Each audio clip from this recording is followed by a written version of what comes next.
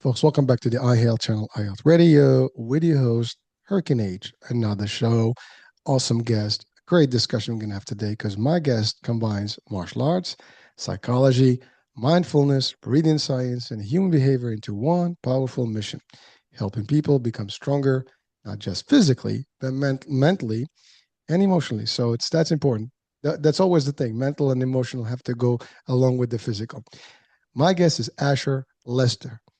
He's a third degree black belt instructor. Love it. Mindfulness teacher, breathing coach, and behavior specialist with decades of experience in human performance and personal development. With a background in psychology, education, and behavior analysis, he has spent years helping students build resilience, situational awareness, confidence, emotional control, and what he believes are the foundations of a thriving human being. His philosophy is simple yet powerful. Develop the body through martial arts, develop the mind through mindfulness, and breath work, develop character through intentional action. Please welcome Asher Lister, folks. Asher, welcome to the show, man. That's a lot of good stuff that we're going to have some fun with I today.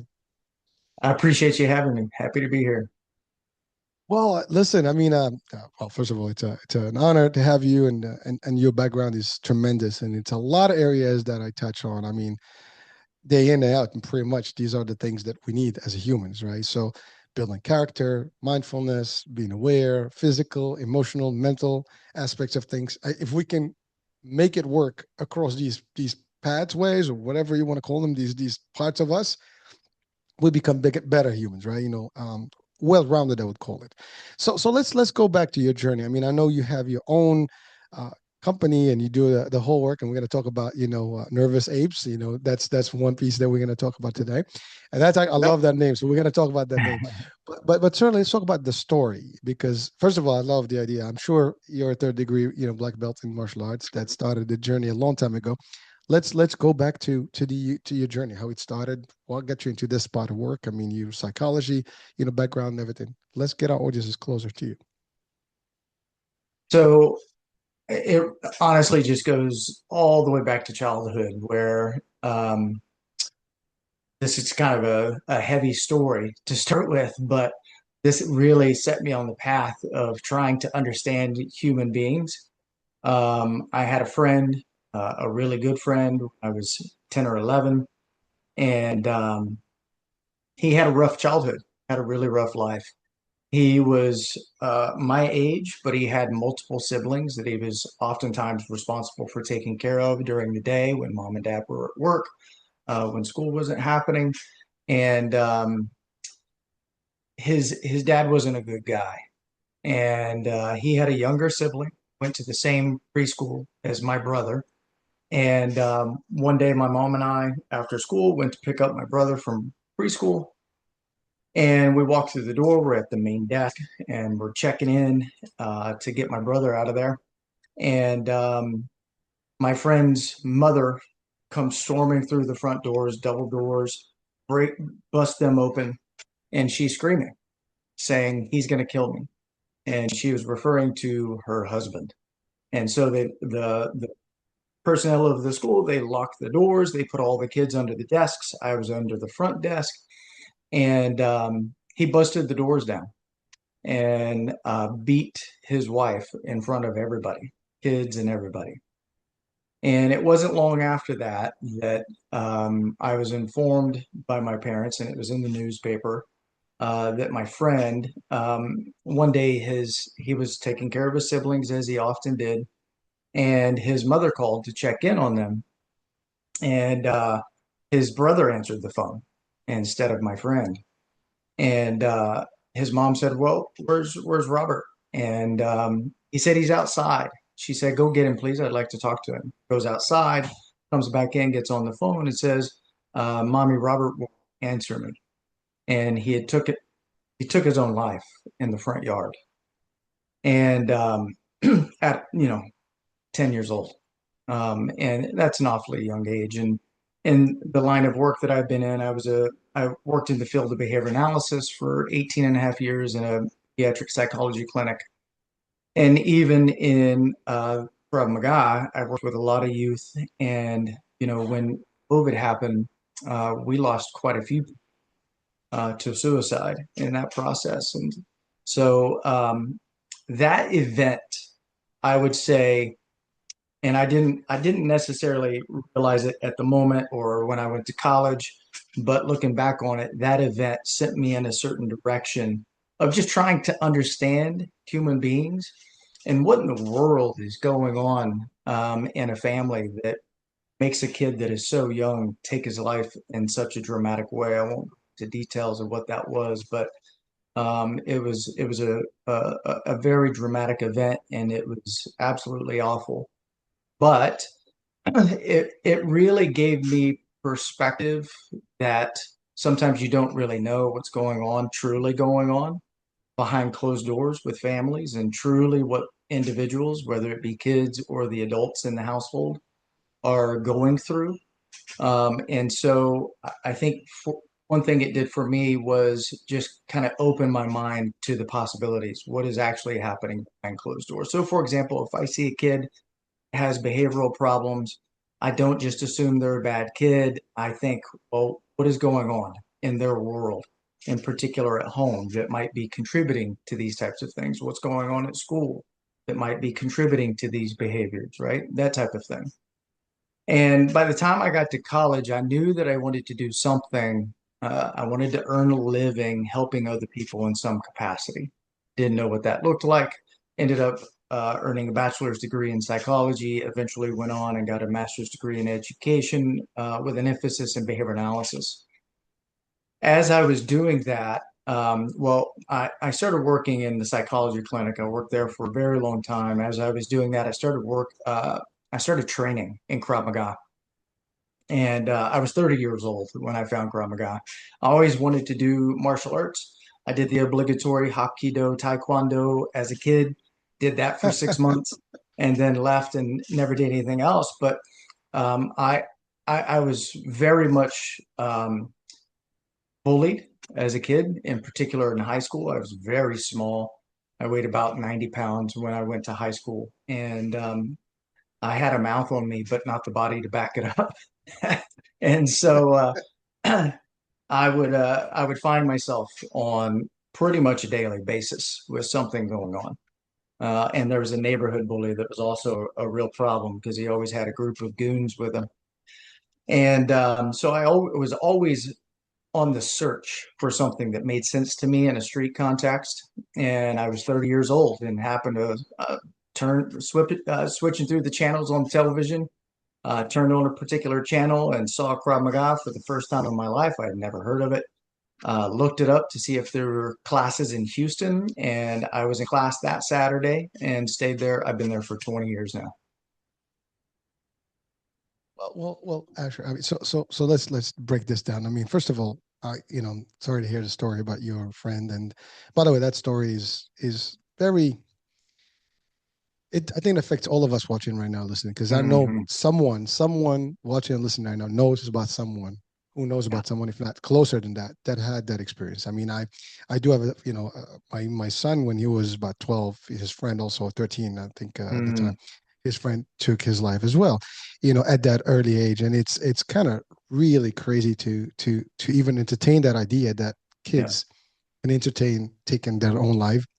Yeah. But we, again, as you said, the circumstances can be very overwhelming.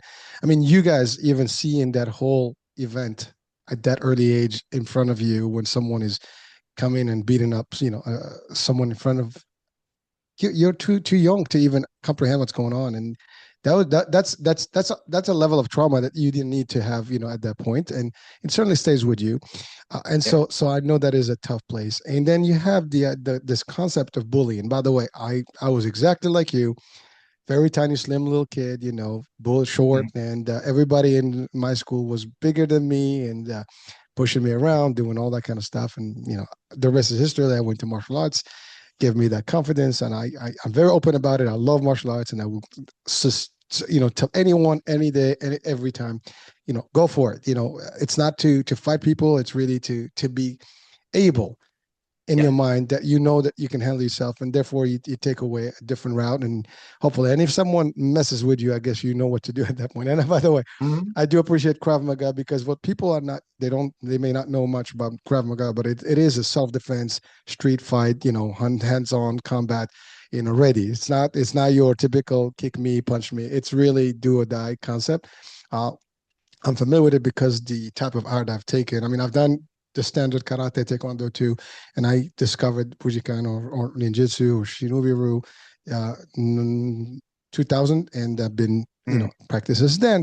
And it is a very close contact. I mean, it's like the traditional yeah, jiu-jitsu concept with aikido, with weapons and all the stuff. So it's really street fight, you know, and it teaches you not only to be aware, it teaches you to be, coherent. It teaches you discipline, you understand the risk, you understand everything, you avoid all that stuff if you can, but it gives you that self-confidence that you can do something about it.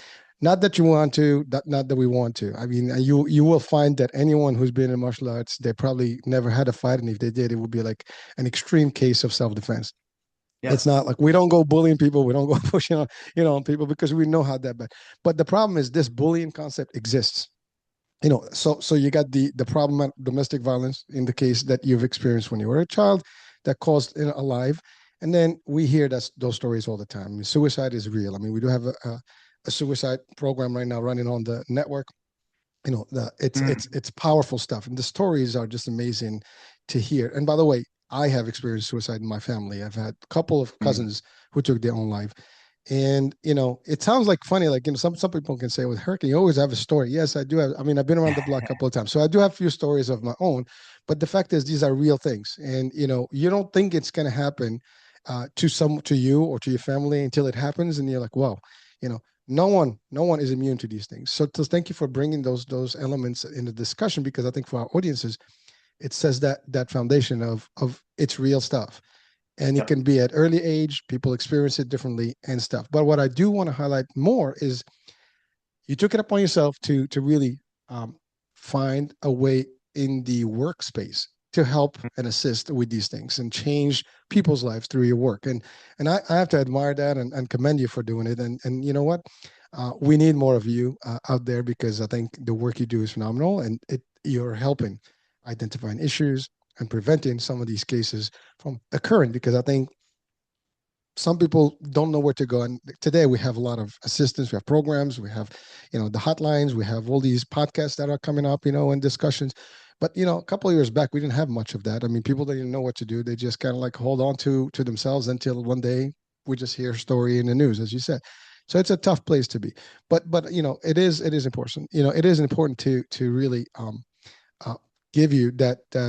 Yeah, I wanted to really give you this kudos about the work you do, because I appreciate it personally. I know people are watching and listening, can use the work, and maybe you're in Houston, but I know you might have connections, you have other resources, and anywhere in the world, this is a problem that's occurring. And sometimes people don't even talk about it, because no one wants to talk about domestic violence. No one talks about harassment. No one talks about stuff, because everybody's afraid of the outcomes, the I guess the repercussions, the I guess the reputation that might come with it, and people, the judgments of people, the perceptions, all these things, and people just kind of try to deal with it on their own. Sometimes we're not equipped to deal with things ourselves, because we just don't have that in us. Maybe some better than others, but who says, right, that we can all, handle ourselves well enough in those circumstances?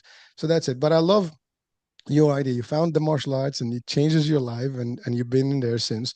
And so you combine all that using your work in the actual technical and clinical aspect of things, dealing with psychology and therapy and helping people with the martial arts, and you kind of found that mental health is one, but the physical aspect, is the other part of it, and the character, and all that stuff to be built in one place. So, was there a turning point really that made you realize fitness needs to be more than just about the body? In this whole stuff, because you added that part to your work. I mean, is it through the martial arts itself, or is it a combination of just understanding how we function as humans? To be honest with you, pretty much everything that I currently do on a professional level, I did them all for myself first, and because I knew that I needed more, and I wanted to be well-rounded. I wanted to be as healthy as possible. And once I received benefit from all the things, whether it be uh, physical exercise, Krav Maga, breathing, meditation, I consider all these to be pivotal skills that you cannot live optimally as a human being. You can't be your best self if you're not engaged in these things. right? So many people are leaving something on the table in some capacity, right? And so I didn't want to leave anything on the table. Is what it came down to. And it is, I truly believe that if you had to list them in terms of order, we would want to make sure that our physical health and being physically fit is first. You can't be optimally mentally fit and cognitively fit unless you're physically fit as well. Are there some people that function great cognitively as far as high status in our society without being physically fit? Sure. But are they living to their best self? Probably not. It's amazing all of the cognitive benefits that come from physical exercise. It's truly incredible. And so I really believe that all of the things that I'm working on, first and foremost, were for me. And then when I received the benefit, I started teaching them to others. It's funny. I'm listening to you. You sound like me. I mean, I'm the first client of my own work. Yes, Yeah, exactly. and Always. it helps. I mean, really. So whatever, like I practice what I preach. I practice what Mm, I learn.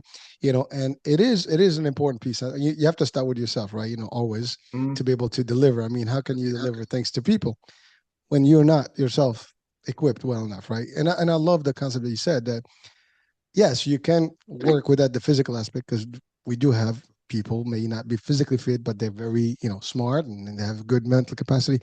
But you're right. Are they really optimizing? That's a very good question. And by the way, it's a very known trait. People that actually are super successful in the way we think success is, right? Financial and stuff. You'll find that they have some habits and some traits that are very similar, including, early rise, working out, good diet and stuff. So actually, there is a correlation between that and that, and it has been, demonstrated, all around us. And of course, there are always exceptions, but to your point, are they optimizing it? No, probably not. And again, maybe they just have a way to deal with it their own way. Is it the best? We don't know. I mean, obviously everybody's individual, they're different. But I love the concept that it has to be. I mean, a good mind has to be in a good body. Simple, that's right? And right. then of course with a good spirit. So if we combine all those three, then you're like optimized 100%. Sometimes we have an overlap. One side better than the other. Maybe we're strong mentally but weak physically. Maybe you're strong physically, mentally we're not there. That's where we get the bullies. Maybe I'm a big guy, but I have very bad baggage in my brains, and my mental state is not 100%, so I can turn to be violent and so on and so forth. It can be that. But one thing that I know in your work is that you also combine meditation and breath work.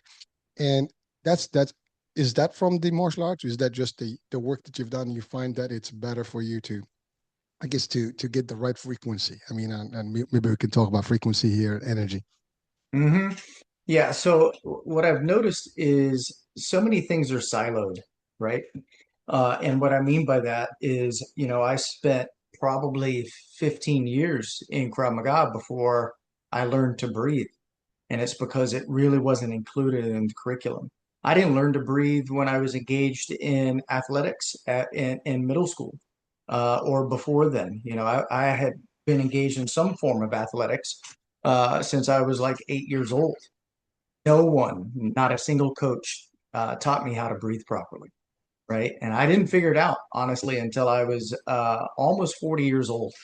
And I just happened upon it. I listened to a podcast, and Dr. Belisa Vranich, who eventually became one of my mentors in the breathing space, she was on Mark Devine's podcast, and she was talking about breathing. She listed all the aberrant breathing patterns, the dysfunctional breathing patterns that people develop.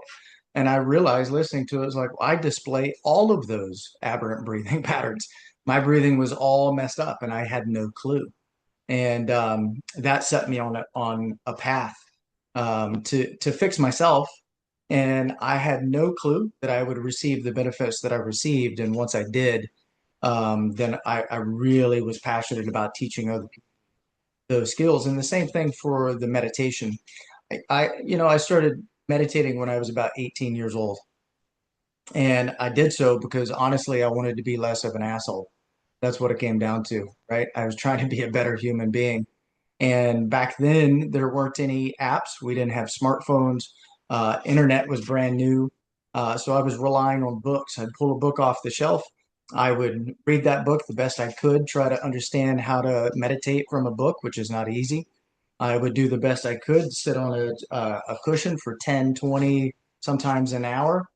And, I would sit on the cushion, and as soon as I left that cushion, walked into the world, I was the same jerk I was before I sat on the cushion. I wasn't getting anything really out of it that was generalizing to everyday life. Took about 15 years for me to figure that out, just kind of grasping in the dark. And then I finally started getting coaches, people who could help me. And once I started putting those skills, transferring those skills from the cushion into everyday life, everything started to change. And eventually I became responsible for a special program at Krav Maga Houston called the Master Program. It's for kids ages 5 to 18 who are, their goal is to earn a junior black belt before they graduate high school. So they go off to college with the skills that they need to be able to protect themselves. And in that program, there's a leadership element, talk about logical fallacies, cognitive distortions, all kinds of things to help them be better human beings, character strengths, all of that stuff. And I incorporated meditation into that program and got good results from that. And then COVID happened, and everything shut down. So for the first year, 2020, I wanted to give the community, Krav Maga community, something so that they can maintain community and also learn some things at the same time. So we did breathing and meditation for 2020 online. And after that, I just decided I loved it so much I wanted to keep doing it, and that's where Nervous Eighth, the company, came from. And you brought up the idea of energy, which is an interesting topic. Can you tell me more about what what you were thinking of when you said the word energy? What does that mean to you? I do believe that we're energy beings, and we Mm, do have we have an aura to ourselves, and yeah, that energy is what drives us, what builds us. We run on frequencies. I mean, everything that we touch has frequency. We have a frequency.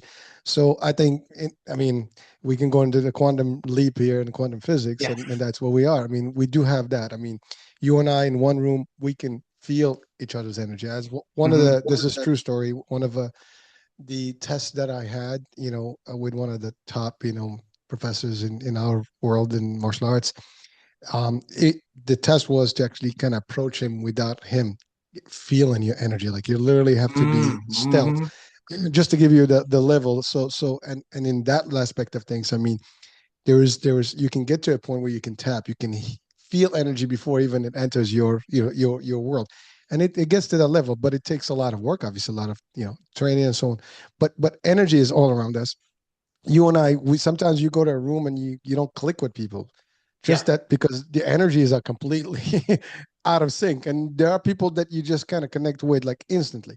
There are Yep. people that like right now we have a good synergy and energy in this show, and we're like thousands of miles apart right now, right? Literally.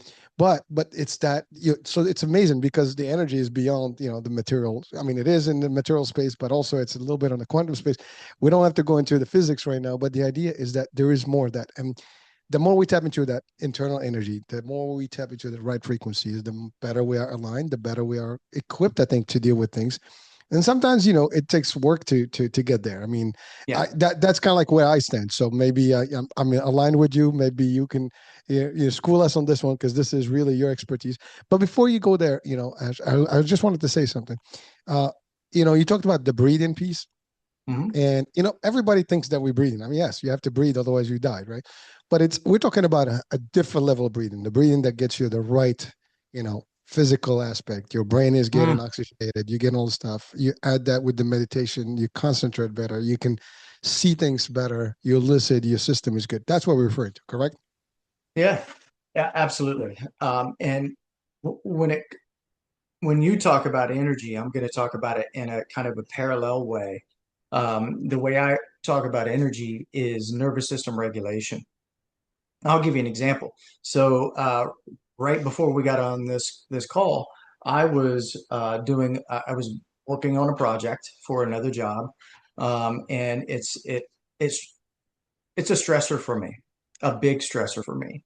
And so I had a few minutes to prepare for this. And when we're having some technical difficulties, I decided to take a moment and drop in to a particular type of meditation that I absolutely love. It's a combination of breathing and meditation. It only takes a few seconds, and it was just to check in with my body and see if I needed to regulate in some way to make sure that I had the proper energy for this particular interview, right? And so that I can make sure that I'm trying to make connection with the person that I'm communicating with. And that particular practice I absolutely love because what it does is not only does it settle your heart rate, it increases your HRV. It has a direct impact on your blood pressure, but it also has a direct impact on your brain waves in a way that is really interesting. What it does is it opens up possibilities for you. It allows you to see other people's perspectives. If you're dealing with a problem, it allows you to see more potential solutions to that problem. And it also just regulates your nervous system in a way that you can be more skillful in the next moment. And what that practice is, it's called heart coherence. It consists of two things. In the background of your attention, you are breathing deeper than normal. Um, you don't have to count it, but it's 5 seconds in, 5 seconds out, 6 seconds in, 6 seconds out, somewhere in that range. 4 to 6 seconds typically is the range.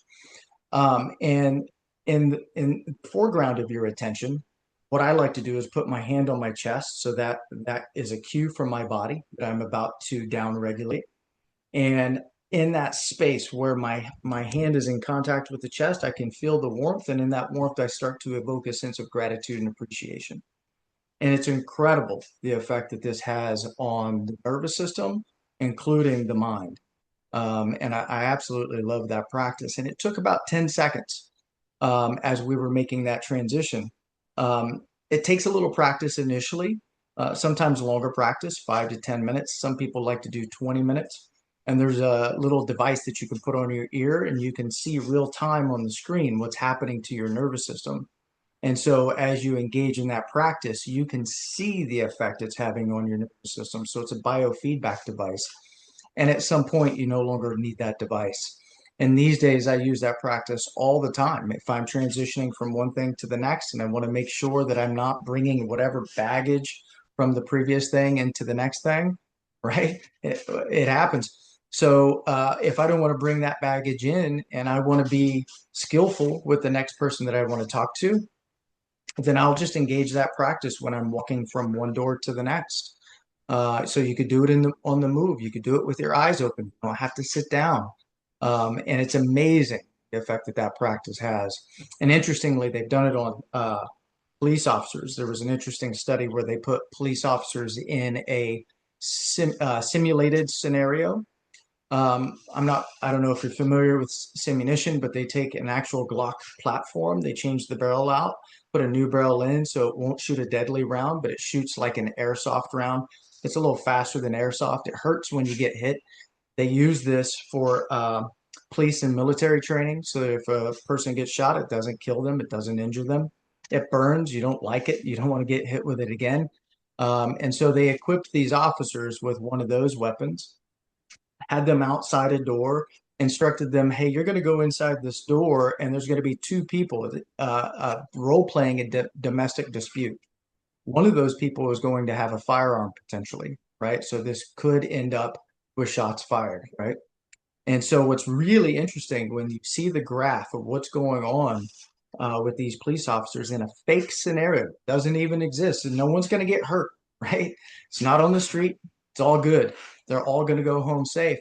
What's interesting is when he's waiting to walk through the door to engage this couple, his heart rate is so elevated as if it's a real scenario. He's got this anticipatory stress going on.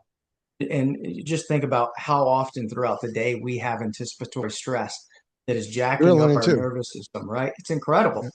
Yeah. And it's oftentimes for things that don't actually come true, right? We're future tripping and we're thinking worst case scenario, and almost never does worst case scenario actually come true, right? But what was interesting is once he engaged this couple, his heart rate went up to about 180. in a fake scenario, right? For 180 for the vast majority of the population, or he was probably in his 30s or 40s. It's pretty close to maximum heart rate, if not past maximum, right? So again, this is a fake scenario, but his body didn't know the difference. And what was interesting is if you looked at his baseline heart rate before the incident and then looked at his baseline heart rate after the incident, once it was over, his heart rate comes back down, but it stayed elevated above his already elevated pre-incident rate, right? And so the practice that I just described, the heart coherence practice, is the practice that they used with those officers. And what that practice did is it created a new baseline. Because here's what was happening. 50% of those officers stayed in that new elevated state for the rest of their shift, right? So they did that scenario and then they went back to work. They went back to the street. So if you're already elevated, how are you going to interact with the next person you have to deal with on the street? And then they went home still in an elevated state. And how are they going to interact with their family, right? And so what was really interesting was that once they taught the officers those techniques, it had a profound impact on the way those officers entered their house after a long shift, long stressful shift, and it increased their ability to be able to communicate themselves and increase their empathy toward other people in their home. So that practice to me is essential for daily life. Well, thank you. And by the way, I think we all need to practice this because Yes. we tend. I mean, look. I mean, we had the show for the context for people that are watching right now.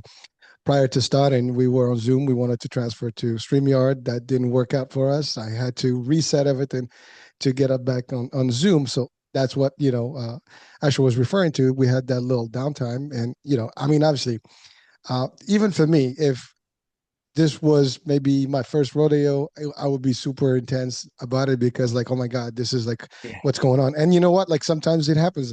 It's funny. I always say this, especially when you go live. I mean, things happen when you're actually going live and you got to deal with it. I've seen superstars, trip, this, that, the other, and Yeah. they kind of make it work.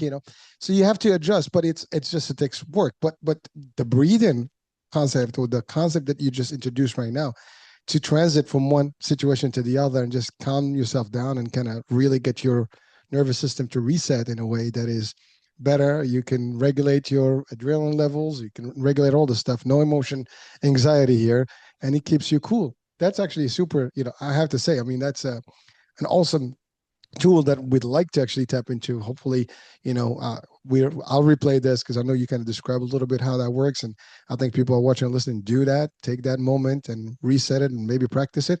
Or maybe we can just tap into you direct as a resource, into your work, and maybe you can help us with that as well, because I think that's really what you do. Well, so now you mentioned stress, and you talked about this scenario of police. And by the way, that's a big scenario. I mean, we Mhm. often see on TV people getting excited, and we hear gunshots, or people get physical, or sometimes the police officers get overboard with their firearms.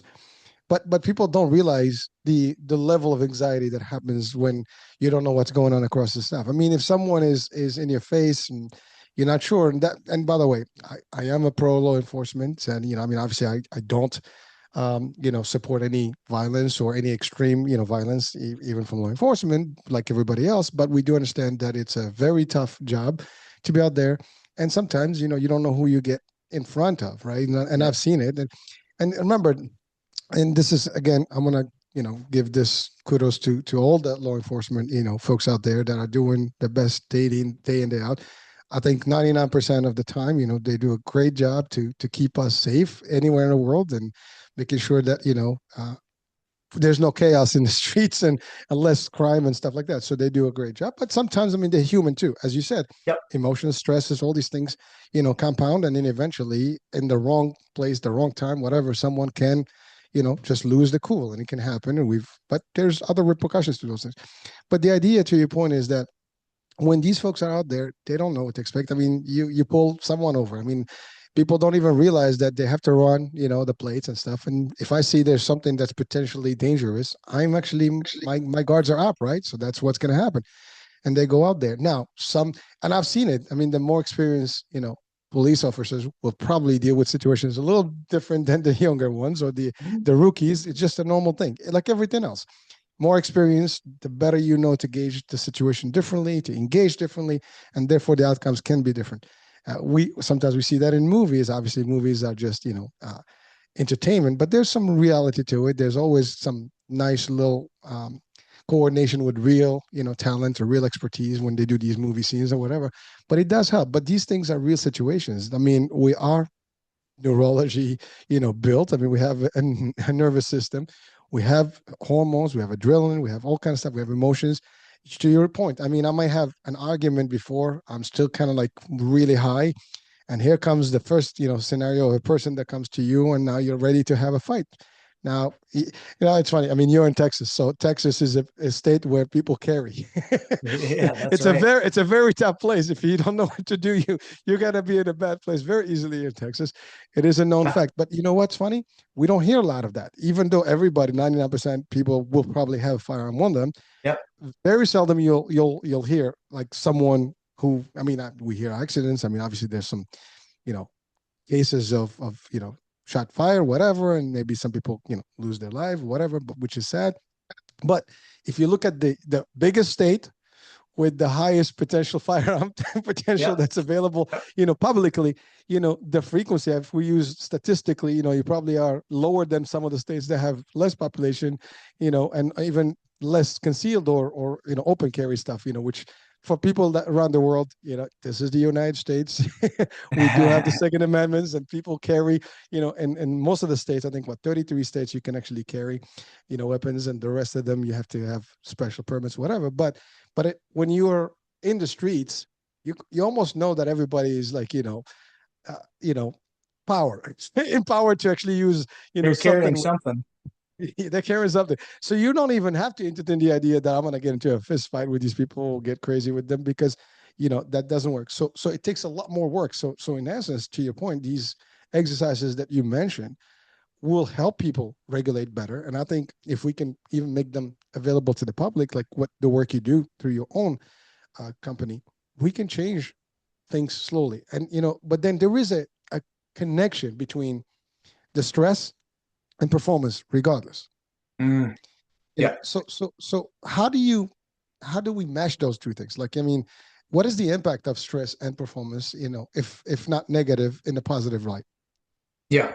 So just to kind of piggyback on what we were just talking about, I feel like we all have a responsibility. Let's just take police officer examples again.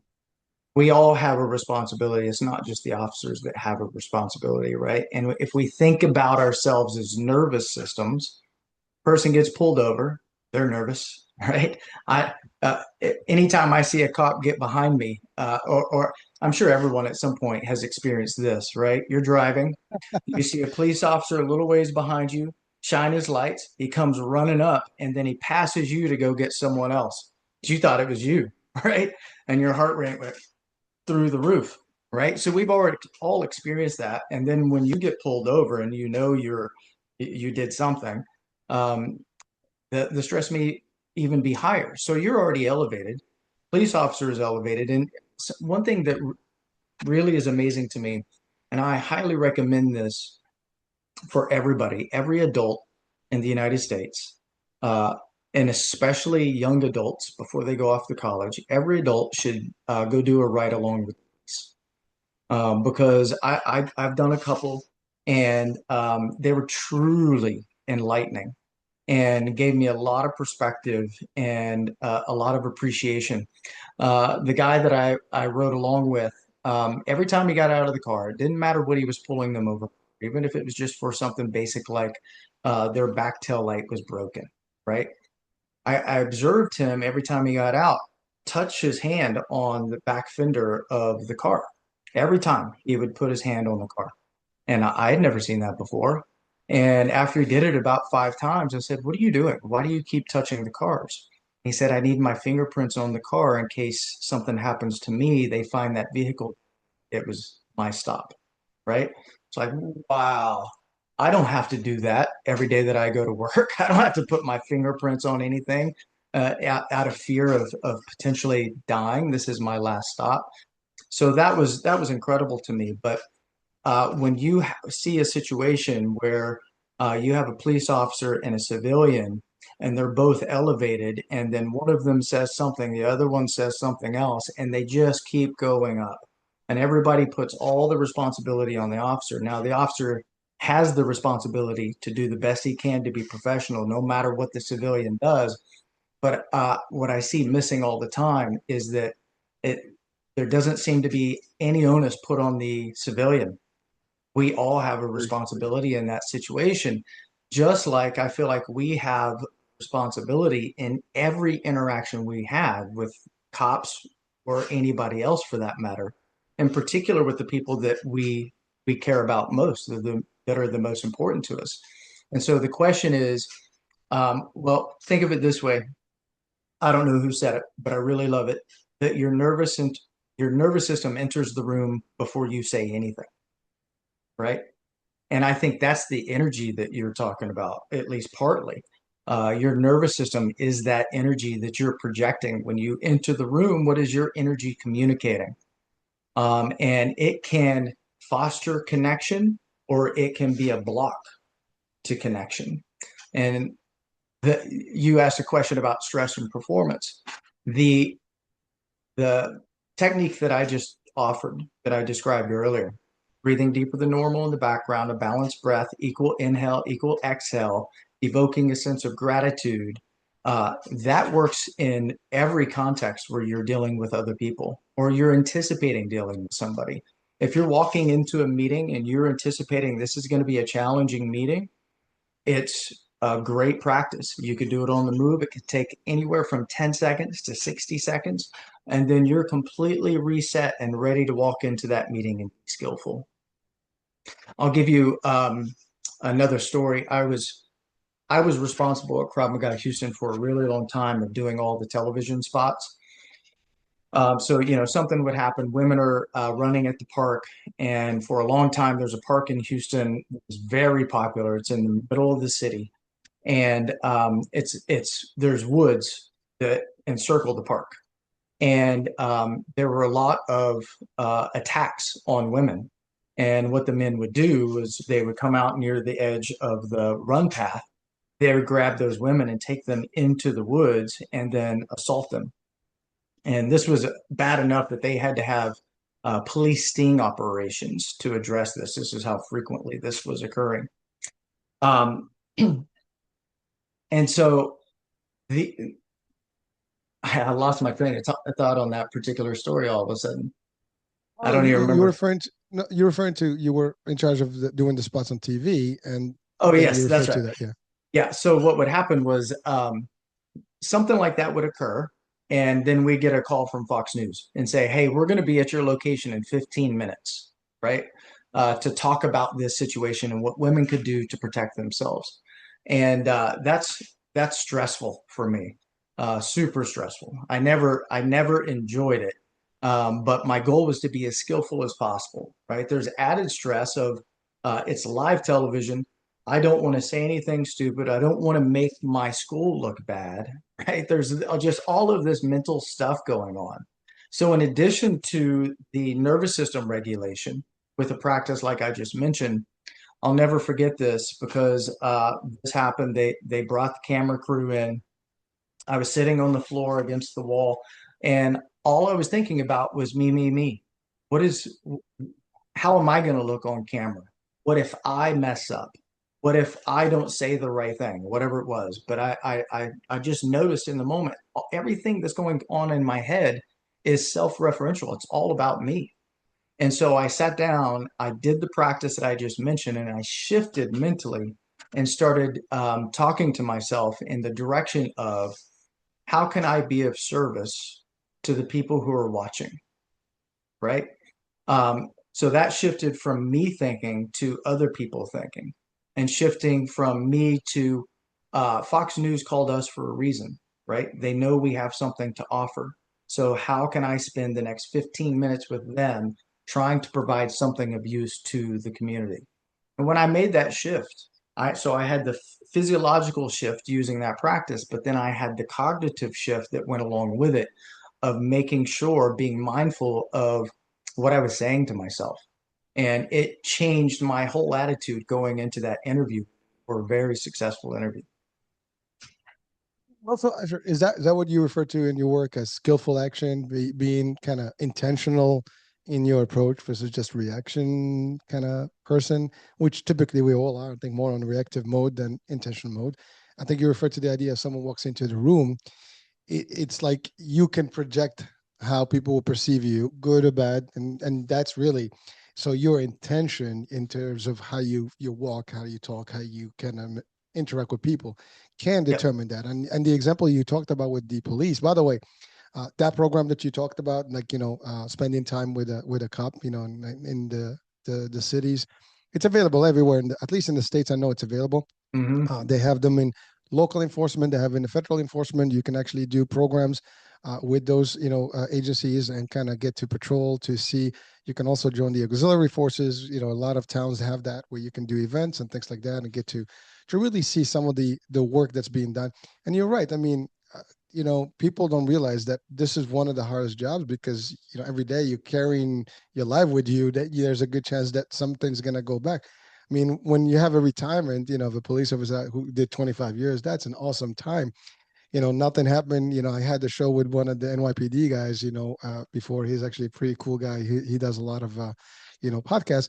And he said, he came close in one scenario where he had to draw but it Mm, was it was I mean, luckily nothing happens, but it was kind of a very intense situation.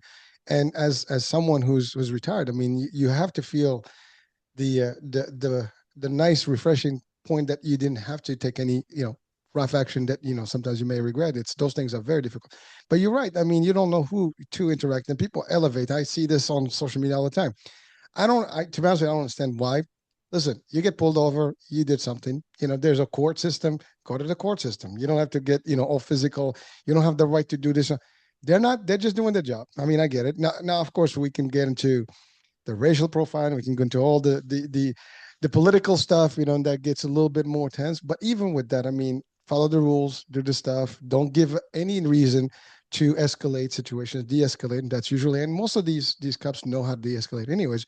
But to your point, if I see a record that's on my screen that looks very touchy, and you got a background or whatever, you might have firearms, you had positions, whatever, that could be a risky factor. So I'm actually engaging already with a cautious personality. So that makes it. But when someone starts making moves, you know.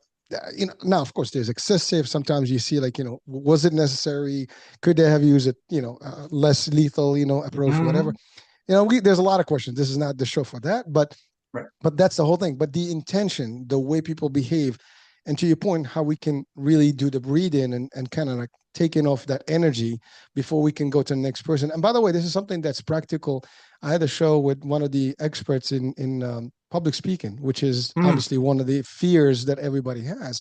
Yeah. And one of the things that even himself, like, before we had an interview, and he took, he did some breathing before, and he said, like, every time, doesn't matter how good you are, do the breathing, do the concentration, so you reset, so you're actually comfortable.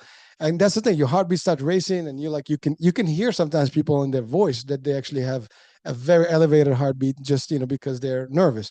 You can see that, right? Sometimes in people that are not used to, like, speaking in public, whatever. You can hear the voice, you can hear the hesitation. And so breathing and taking that little moment to Hmm. reset, I think that's valuable to any one of us.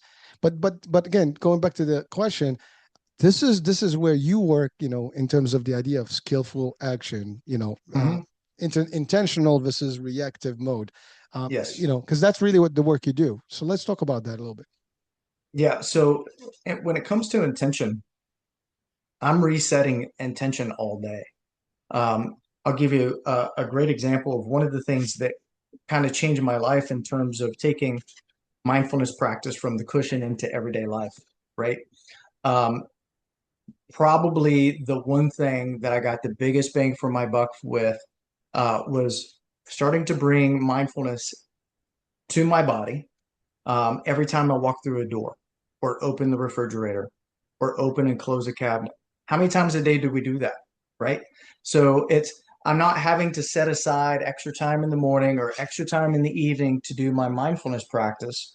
Instead, I'm putting it into these little 5 second, 5 to 10 second micro moments throughout the day that are already built into my day. So when I walk through this door at the end of our meeting, I take that moment. I walk through just as fast as anybody else would, but I take that moment to drop into the body, notice my nervous system. If I need to do something that's calming, I do that. It takes that long so that when I go interact with the next person, I'm more skillful. What's important about this is I open the door mindfully. I feel the door as I open it, still checking in with the body. And even if the door closes on its own, once I'm through the door, I close it myself. It closes by itself. I'll close it myself so I can take that moment. So that's what 100 potential micro moments throughout the day. And what I find is that people really underestimate the power of those micro moments in a big way. They're profound because they accumulate over the course of time, which brings about momentum in your practice. And so it also helps cue you, right? So when I go through that door and I have to interface with somebody 20 feet away and I want to be skillful, and maybe I had a meeting that was frustrating, as I'm walking through that door, I can start to address that so that I'm not bleeding off into the next person, into my next interaction. I can be skillful. Well, so Asher, is it safe to say that I guess controlled breathing and this type of training, or I guess it's a skill. I mean, it's an art, like you have to develop to be able to do this. To your point, it's so many micro events that happen on a regular basis that if you can, you're able to do this controlled thing, you can improve focus, decision making, emotional, reactions, all the stuff just by being able to identify, know, and keep resetting yourself, multiple times a day. I don't Yeah, think. Listen, I'm guilty as charged. I don't think I do that. I mean, I think I'm aware to a degree, but I'm not doing that, and I don't think if you're watching or listening right now, you're doing that either. So what's your take on that? I mean, really, we need to use this practice to help us out. And I think the outcomes will be much better for all of us. absolutely. Well, I think first and foremost that there are meditations that are great to do formally, right? That's anything that is 10 minutes or more where you are seated and that's all you're focused on are those meditations. And that's a really great training ground to develop certain skills, right? There's three main skills for mindfulness training, and that's concentration power, sensory clarity, and equanimity, right?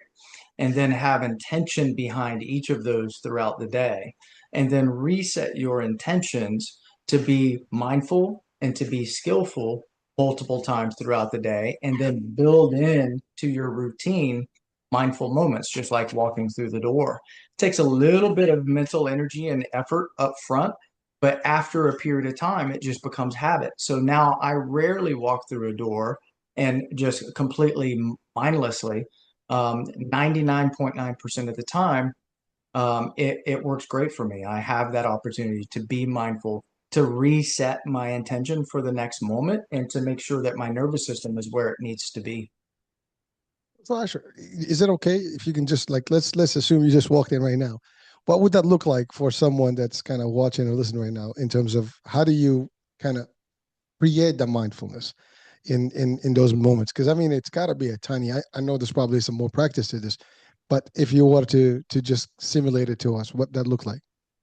Yeah. So for me, as far as what it looks like in my body, No, just like how or like just in so general.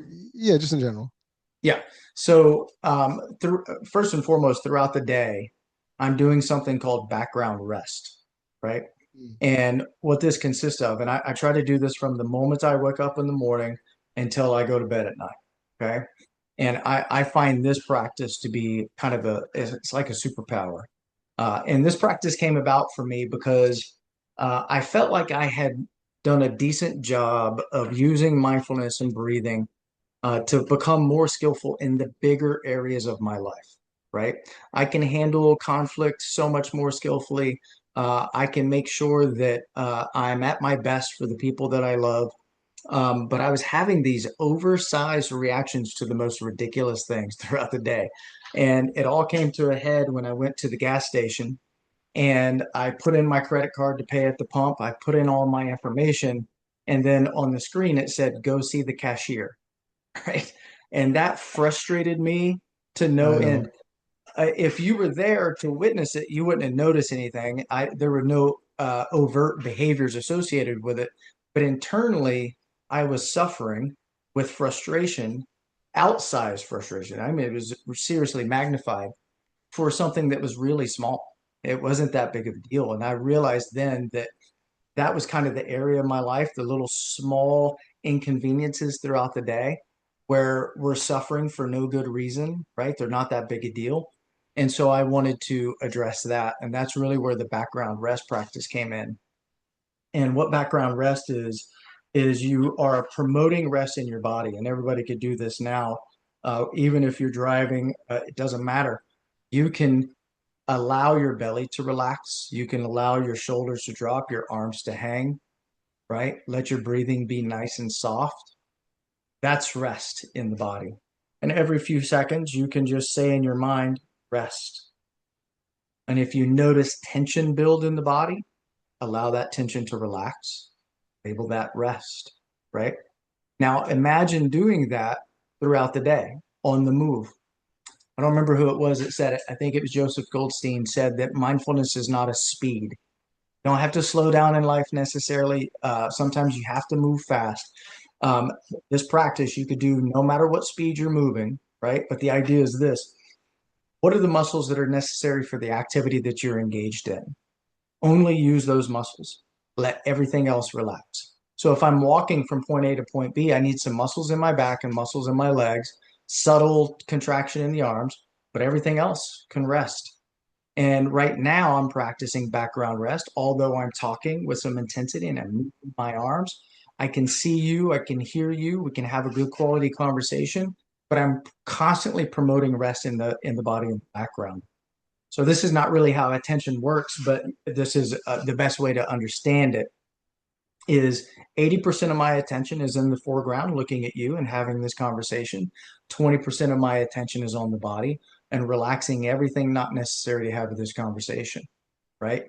And what's interesting about that practice when you get really good at it, and initially I'll tell you it's effortful, right? Very effortful, but it becomes habit over the course of time. And what I found is if I engage in this practice on a consistent basis throughout the day, if I experience emotional reactivity, it doesn't peak as high as it used to. Okay. It doesn't stay high very long and it metabolizes much faster. So I can shift from a little bit of a reactivity back to normal, right? Back into parasympathetic and be perfectly fine. And again, you can do this seated just like we just did. You could also do it on the move throughout the day. And for me, it was a huge game changer in terms of those small little frustrations throughout the day when things, subtle things don't go your way. I'm less likely to get frustrated. And if I do, it doesn't stick around very long. Well, thank you, Ash. So here's the thing. It sounds like there's a level of almost like you're hypnotizing yourself. Slowly.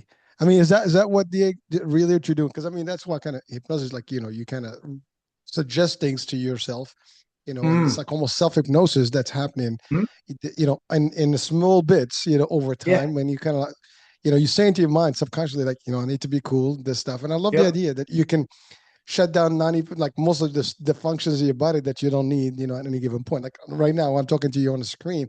I mean, my voice is activated, my mouth and my face, and some maybe my hands, but my body is relaxed, right?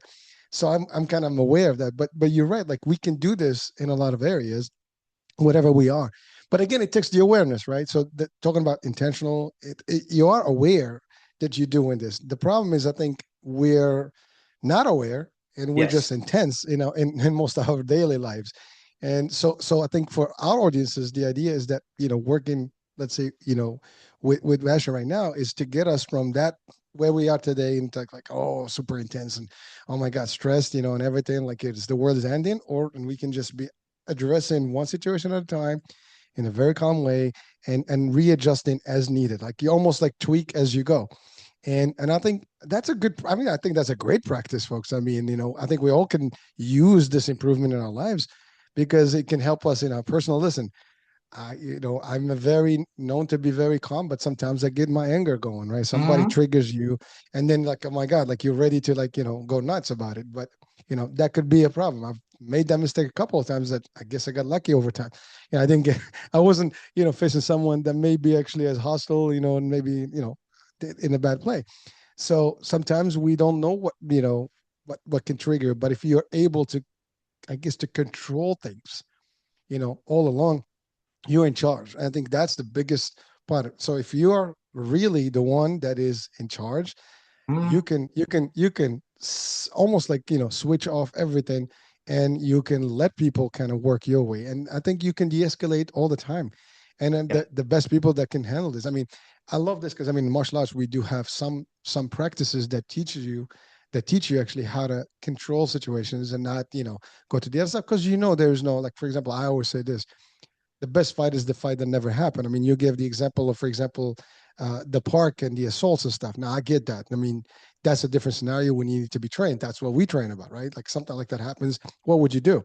But in general, you kind of avoid going into those paths. We're already trained not to get into situations that are unnecessarily risky by default. But not everybody does. Not everybody is trained that way. And so in our daily life, regardless of situations, I think we can always kind of like, all right, I'm gonna have a great day no matter what comes in. I'm not gonna get faced. By the way, I do this exercise. I try to do it as much as I can. Like me personally, like especially when I'm out or I see something I don't like. I mean, we all see behavior that's really not appropriate, and sometimes like, oh, I wish I could do something about it. But you know what? I'm just gonna look the other way. It doesn't happen. Like I just had a show. I had a show with an expert, and the discussion was because I had a situation that happened to me that kind of triggered something from 40 plus years back, and Mm. I reacted to it. And he says, "You know what? You the one who triggered that. You kind of Mm. made it, you manifested it, and it happened. Mm. But he says, like, it did. If you dismantle it, it didn't happen in the first place. In the first place, your mind will actually not even repeat that thing, and you don't react to it. So sometimes we do manifest that. I want it so bad that actually it becomes real. So it's Yeah. kind of weird how it works. I mean, we are very interesting species as humans, how we behave. But I love your work. So I know we're getting into the time spin here, but here's the thing: your work, nervous apes. I know you kind of mentioned that, that you started that. So what I mean, I think everything that we discussed today is the practice that you actually use with your community. So can we talk more about that? How does the community work? What can they expect? And certainly, like, what does the program entail? Hmm. So these days, the vast majority of what I teach is online in live Zoom classes, usually 6 weeks long. Some of the classes go a little bit longer, just depending on what the topic is. But I do a fundamentals course online. The next one is starting in July. It's a breathing and meditation fundamentals course. In that particular course, what we're going to do is do a breathing assessment, something called a breathing IQ, teaching people how to breathe properly. We're the only mammals on the planet that I'm aware of that changes the way we breathe at the age of 5.5 is the average. And 95% of us are breathing in a way that is considered dysfunctional. And so the vast majority of the population needs this type of work. And so we start with an assessment. They get a letter grade for that assessment. The vast majority of the population gets somewhere between a C to an F. And in just a couple of weeks, they'll go to an A. So we're gonna teach them proper breathing, what that looks like, how to do it in themselves, flexibility exercises for the rib cage for the vast majority of the population. They don't have the flexibility in the rib cage to take a proper breath, even if they wanted to. And then we're going to teach them techniques for strengthening the breathing muscles, the diaphragm, and the muscles around the cage. In addition to that, we give them a buffet of meditative options and then teach them the synergy between breathing and meditation because there's a huge synergistic effect when you combine the two rather than silo them. And right now I'm in the middle of a mindful communication course. So that's really the three topics that I focus on: breathing, meditation, and communication because I consider them to be pivotal skills. Oh, Ashford, thank you so much. I mean, that's pretty powerful stuff. I think if we all can master this, and it's interesting you said like at 5.5, that's it. We kind of lose our way. I mean, when we sleep, we do well, but when we are up, I think that's the problem. Interesting, right? Well, think about the social reasons for that, right? We changed the way we breathe primarily for social reasons. Kids go to school at 5.5 years old. They don't want to appear fat. They suck their belly in. They do that for the rest of their life. Sometimes it's injury related, makes a person start to contract. Um, but yeah, people end up staying. And they sit terribly. They slouch, so their rib cage can't expand. The diaphragm can't function properly. And so that becomes a habit, and people spend decades of their lives breathing in a way that is aberrant and actually can cause health symptoms over the course of time. So it's important that it be addressed in as many people as possible. It's interesting because breathing is, I think, one function that without we all die. I mean, obviously, you mentioned COVID, right? I mean, the main problem with COVID is that it was respiratory. That means you Yep. can't breathe, and therefore everything else collapses. So if we are breathing halfway, I think, we're not, as you said earlier, optimized. And I think we should. And it's one area that very few people talk about it, or there's very little expertise or knowledge that's being promoted about like, hey, let's just know how to breathe properly. I mean, it's not like a course that you have in school. I mean, we should just implement this in every school around the world. Just Right. like you learn etiquette on how to behave and talk to people, maybe you can learn the basics of real breathing and just concentration and meditation to a degree. These are real life skills, I think, that we're missing in our basic education systems. Because you might not get it at home, but list you can get it in institutional format. But here's the good news: regardless of that, we have programs such as yours that actually have taken the necessary steps to provide such tools and exercises and at least courses that are available. And I'm assuming that's again, you mentioned Zoom, so that's everybody can actually Mhm. join, so they can be anywhere in the world, not necessarily in the States. That's another advantage, folks. I mean, you've heard. I mean, we've had a nice little chat for over an hour. We talked about a lot of areas, and they're all interconnecting with the idea that we can do better if we breathe better, if we are, kind of controlling our nervous system to a Mhm. degree. I mean, to your point, I mean, you get, how many times we get excited? Someone could gets in your face or says the wrong stuff. I mean, I think everybody to a degree knows how to, stay away from those things. But many times we like, you see it like people get into each other's face, they get all, Mhm. tangled up with it. Like, brother, it's all good, man. I'm cool.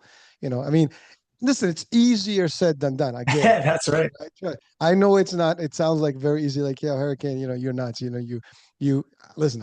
Listen. I'm 55. I've had, a long time, with the humans, and for the most part, I kind of did well. But there were a few times that I look back like I should have done different. I could have done it better. I could have not, reacted, whether it's my family, friends or outdoors or anywhere, right? So we have to reflect on what we do and see like, areas, and we have to improve. I mean, this work, as I said, I'm the client. I mean, I listen to this and it's like, I should have done better. And yeah, Mhm. we do have services that help us, folks. So how do people reach out to you? Just go to nervousapes.com and just connect.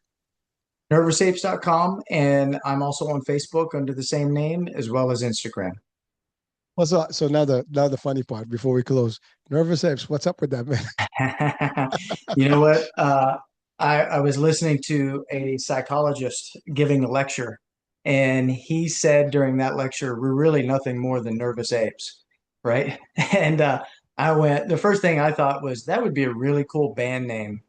And then I thought, no, I'm going to name my company that because I think it's perfect because it fits everything that we're trying to address, which is nervous system regulation to transcend that ape tendency, right?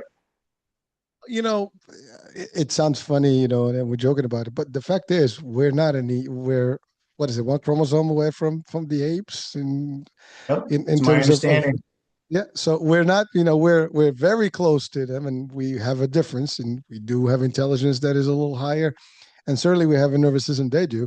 So to your point, I mean, there's a good, synergy in that name that can relate to who we are. I mean, because without control, I think we're nothing different than the other stuff. I mean, when you see people Exactly. fighting, we're just animals, with a Yep. human look.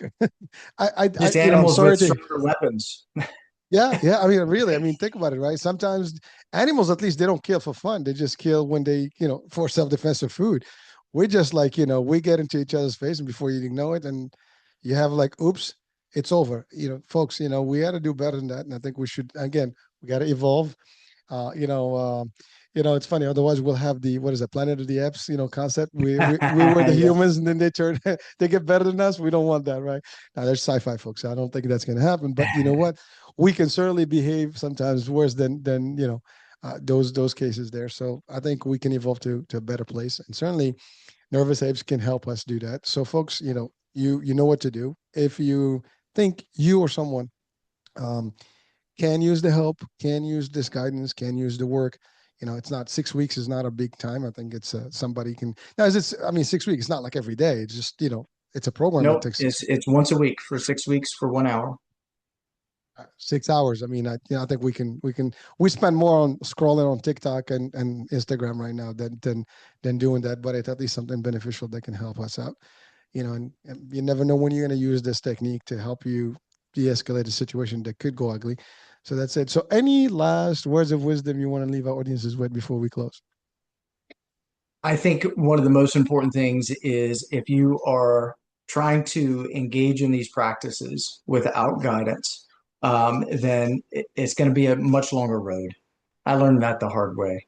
One of the things that I spend a lot of time doing with the people that I work with is tailoring the practices to their specific issues and their schedule and everything. It's a holistic evaluation and application of skills. And what that ends up doing is they get greater benefit in a shorter period of time, and it makes their money much more worth it, right? Well, Asher, thank you so much for being with us, for spending a good hour and change, sharing some of the values that we can all apply and can be life changing to say the least. I mean, I think that's really the purpose here, is to get us better and be better and deal with the world in a better light. So thank you so much for being with us. And folks, I hope you've learned a few tricks here. And if not, do check out the site and do connect, with Asher, see what this can do for you. Or if you think you're already elevated and you have someone else that you think they might they could use the service and they could use the technique and learning, certainly send them, to the course, and let's see, if we can help one person at a time. That's all our purposes in this life. The more the merrier, and maybe we can all live in a very peaceful, happy way, and more productive performance overall with less stress. That being said, folks, I'm American Age. Hope you enjoyed our discussion. We'll be talking soon. New day, new show and topic. Bye for now.